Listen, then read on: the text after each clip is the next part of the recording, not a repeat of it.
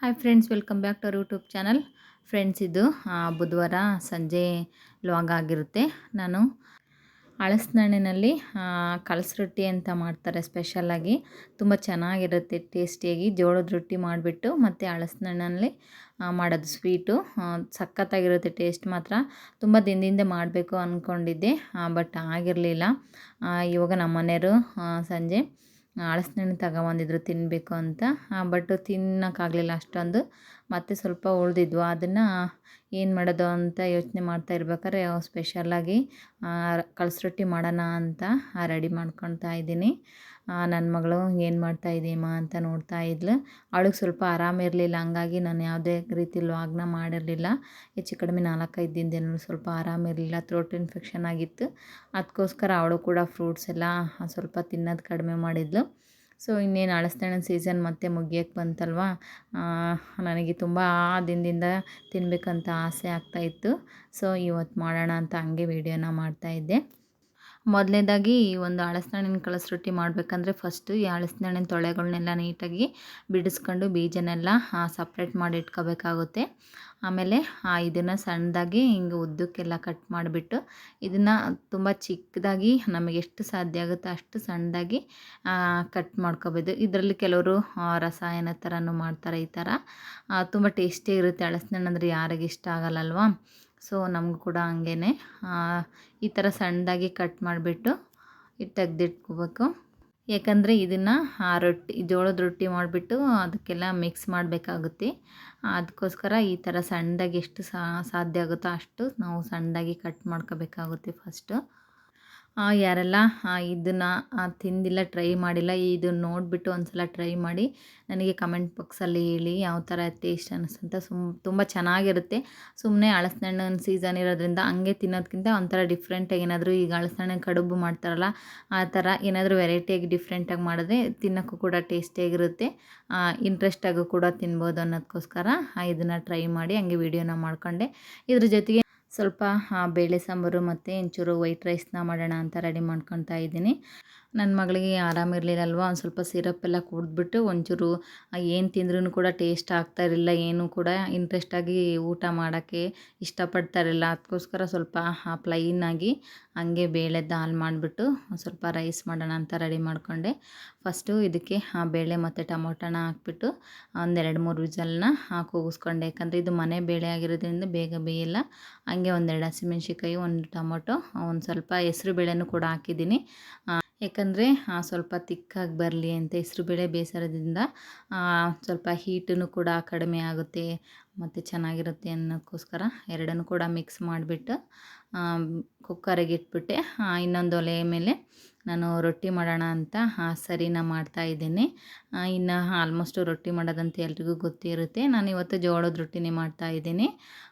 ಇದಕ್ಕೆ ಫಸ್ಟು ಸರಿನ ಕಾಯ್ಸೋಕ್ಕೆ 1 ಲೋಟ ನೀರು ಹಾಕ್ಬಿಟ್ಟು ಸ್ವಲ್ಪ ಉಪ್ಪು ಹಾಕಿದ್ದೇನೆ. ಉಪ್ಪು ಕೂಡ ಜಾಸ್ತಿ ಹಾಕ್ಬಾರ್ದು, ಏನು ಸ್ವಲ್ಪ ಟೇಸ್ಟಿಗೋಸ್ಕರ ಹಾಕ್ಬೇಕಷ್ಟೇ. ಅದಾದಮೇಲೆ ನೀರು ಚೆನ್ನಾಗಿ ಮಳ್ಳಿದ ತಕ್ಷಣ ಚೆನ್ನಾಗಿ ತಿರ್ಕೋಬೇಕಾಗುತ್ತೆ. ಹಿಟ್ಟನ್ನ ಹಾಕ್ಬಿಟ್ಟು ಸ್ವಲ್ಪ ಸರಿನ ಚೆನ್ನಾಗಿ ಮಾಡ್ಕೊಂಡಷ್ಟು ನಮ್ಮ ರೊಟ್ಟಿ ಕೂಡ ಚೆನ್ನಾಗಿ ಬರ್ತವೆ, ಗಂಟು ಕೂಡ ಆಗೋಲ್ಲ. ಈ ಥರ ನೀಟಾಗಿ ತಿರ್ಕೊತಾ ಇದ್ದರೆ ಗಂಟಾಗಲ್ಲ. ಸ್ವಲ್ಪ ಬಿಟ್ಬಿಟ್ಟು ಅಂದರೆ ಹಂಗೆ ಗಂಟಾಗಿಬಿಡುತ್ತೆ, ರೊಟ್ಟಿ ಕೂಡ ಚೆನ್ನಾಗಿ ಬರಲ್ಲ. ಅದಕ್ಕೋಸ್ಕರ ಈ ಒಂದು ರೊಟ್ಟಿ ಮಾಡಬೇಕಂದ್ರೆ ಫಸ್ಟು ಈ ಸರಿ ಕಾಯಿಸೋದು ಕೂಡ ತುಂಬ ಇಂಪಾರ್ಟೆಂಟ್ ಆಗುತ್ತೆ. ಇದನ್ನು ನೀಟಾಗೆಲ್ಲ ಸರಿ ಕಾಯಿಸ್ಕೊಬಿಟ್ಟು ಒಂಚೂರು ಆರಕ್ಕೆ ಬಿಟ್ಟಾದಮೇಲೆ ಹಿಟ್ಟನ್ನ ಹಾಕ್ಬಿಟ್ಟು ಮೆತ್ಕೋಬೇಕಾಗುತ್ತೆ. ಈ ಒಂದು ಹಳಸಿನಣ್ಣಿನ ಜೊತೆಗೆ ಆ ರೊಟ್ಟಿನೇ ಚೆಂದ ಜೋಳದ್ದು, ಅದಕ್ಕೋಸ್ಕರನೇ ಕಳಸ ರೊಟ್ಟಿ ಅಂತ ಇದಕ್ಕೆ ಹೆಸರಿಟ್ಟಿರೋದು. ಬಟ್ ಚಪಾತಿನೂ ಕೂಡ ಚೆನ್ನಾಗಿರುತ್ತೆ, ಇದಷ್ಟು ಟೇಸ್ಟಿಯಾಗಿ ಬರಲ್ಲ ರೊಟ್ಟಿ ಅಷ್ಟು. ಇದಕ್ಕೆ ರಾಗಿ ರೊಟ್ಟಿನೂ ಕೂಡ ನಾವು ಮಾಡಿಬಿಟ್ಟು ಮಿಕ್ಸ್ ಮಾಡ್ಬೋದು. ಆಮೇಲೆ ಸ್ವಲ್ಪ ಕೊಬ್ಬರಿನೂ ಕೂಡ ನಾನು ಇದಕ್ಕೆ ಚೆನ್ನಾಗಿ ಗ್ರೈಂಡ್ ಆಗಲಿ ಅಂತ, ಇದು ತುರಿಯೋಕ್ಕೆ ಬರ್ತಾ ಇರಲಿಲ್ಲ, ಸಣ್ಣದಿತ್ತು, ಹಂಗಾಗಿ ಸ್ವಲ್ಪ ಇದನ್ನು ಕೂಡ ಮಿಕ್ಸಿಗೆ ಹಾಕ್ಕೊಂಡು ಚೂರು ನುಣ್ಣಗೆ ಮಾಡ್ಕೊಂಡೆ. ಇದು ಕೊಬ್ಬರಿ ಮತ್ತು ಹಳಸಿನಣ್ಣಿನ ಕಲಿಸ್ತೀವಲ್ವ ಅದಕ್ಕೂ ಕೂಡ ಬೇಕಾಗುತ್ತೆ.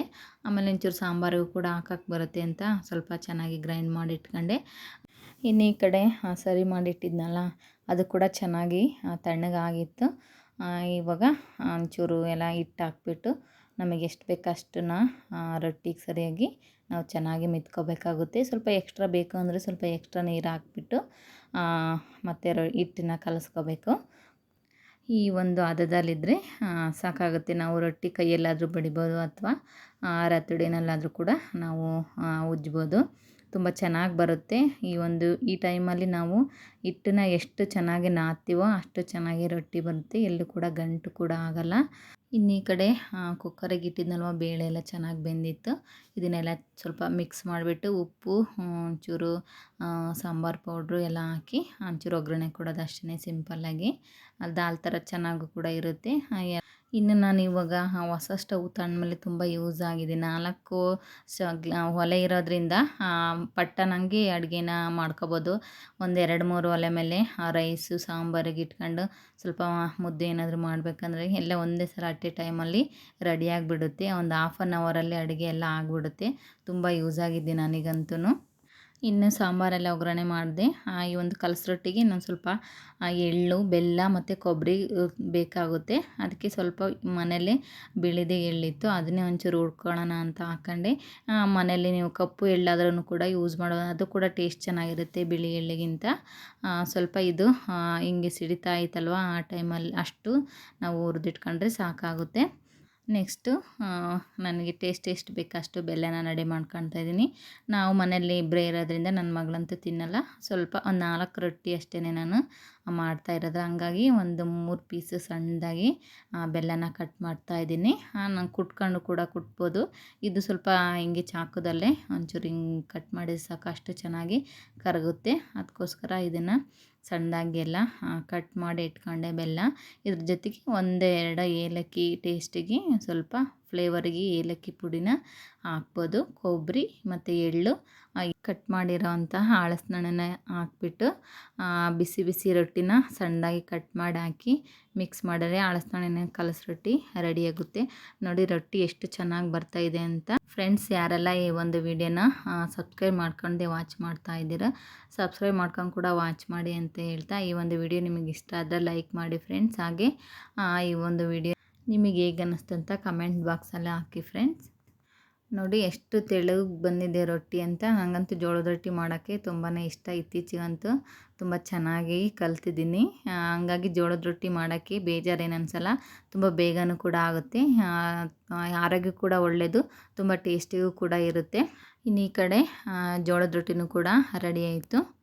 ಇನ್ನು ರೊಟ್ಟಿನೆಲ್ಲ ಬಿಸಿ ಬಿಸಿದೇ ನೀಟಾಗಿ ನಾವು ಚೆನ್ನಾಗಿ ಮೊದಲು ಕಟ್ ಮಾಡಿ ಇಟ್ಕೋಬೇಕು. ಅದಾದಮೇಲೆ ಹಲಸಿನಣ್ಣು ಕಟ್ ಮಾಡಿಟ್ಟಿದ್ನಲ್ವ, ಆ ಒಂದು ಹಲಸಿನಣ್ಣಿಗೆ ಕಟ್ ಮಾಡಿರೋವಂತಹ ರೊಟ್ಟಿ ಹಾಕ್ಬಿಟ್ಟು ಆಮೇಲೆ ಸ್ವಲ್ಪ ಹಲಸಿನಣ್ಣು ಹಾಕಿದ್ದೀನಿ. ಇದಕ್ಕೇ ಸ್ವಲ್ಪ ಬೆಲ್ಲ, ರುಚಿಗೆ ಎಷ್ಟು ಬೇಕಷ್ಟು. ಅದಾದಮೇಲೆ ಹುರಿದಿರೋವಂಥ ಎಳ್ಳು ಮತ್ತು ಕೊಬ್ಬರಿ ಹಾಕ್ಬಿಟ್ಟು ಫ್ಲೇವರಿಗಾಗಿ ಒಂದು ಸ್ವಲ್ಪ ಏಲಕ್ಕಿ ಪುಡಿನ ಹಾಕ್ಬಿಟ್ಟು ಚೆನ್ನಾಗಿ ಮಿಕ್ಸ್ ಮಾಡಿದ್ರೆ ತುಂಬ ಟೇಸ್ಟಿಯಾಗಿರುವಂಥ ಹಲಸಿನಣ್ಣಿನ ಕಲಸಿ ರೊಟ್ಟಿ ರೆಡಿಯಾಗಿರುತ್ತೆ. ಯಾರೆಲ್ಲ ಖಂಡಿತ ಈ ಒಂದು ಟೇಸ್ಟನ್ನ ಮಾಡಿಲ್ವೋ, ಈ ಒಂದು ಸೀಸನ್ ಮುಗಿಯೋಷ್ಟರಲ್ಲ ಒಂದು ಸಲ ಮಾಡಿಬಿಟ್ಟು ಟೇಸ್ಟನ್ನ ಮಾಡಿ ನನಗೆ ಕಮೆಂಟ್ ಮಾಡಿ ಹೇಗಿತ್ತು ಅಂತ. ಸಖತ್ತಾಗಿರುತ್ತೆ. ಹೋಳಿಗೆನೂ ಕೂಡ ಮುಂದಿಟ್ಟರೆ ಇದ್ರ ಮುಂದೆ ತಿನ್ಬೇಕು ಅನ್ಸಲ್ಲ. ಇದ್ರ ಜೊತೆಗೆ ಸ್ವಲ್ಪ ತುಪ್ಪನ ಹಾಕ್ಬಿಟ್ಟು ತಿಂದ್ಬಿಟ್ರೆ ತುಂಬ ಟೇಸ್ಟಿಯಾಗಿರುತ್ತೆ. ನೋಡಿದ ತಕ್ಷಣ ಬಾಯಲ್ಲಿ ನೀರು ಹಂಗೆ ಬರ್ತಾಯಿರುತ್ತೆ. ನೀವು ಒಂದು ಸಲ ಮನೆಯಲ್ಲಿ ಟ್ರೈ ಮಾಡಿಬಿಟ್ಟು ಕಮೆಂಟ್ ಮಾಡಿ ಹೇಳಿ, ಟೇಸ್ಟ್ ಮಾಡಿ ಹೇಗಿತ್ತು ಅಂತ. ನೋಡಿ ಎಷ್ಟು ಚೆನ್ನಾಗಿ ಕಾಣಿಸ್ತಾ ಇದೆ ಅಂದರೆ ಅಷ್ಟೇ ಟೇಸ್ಟಿಗೂ ಕೂಡ ಇರುತ್ತೆ. ಒಮ್ಮೆ ಟ್ರೈ ಮಾಡಿ ಹೇಳಿ ಆಯಿತಾ.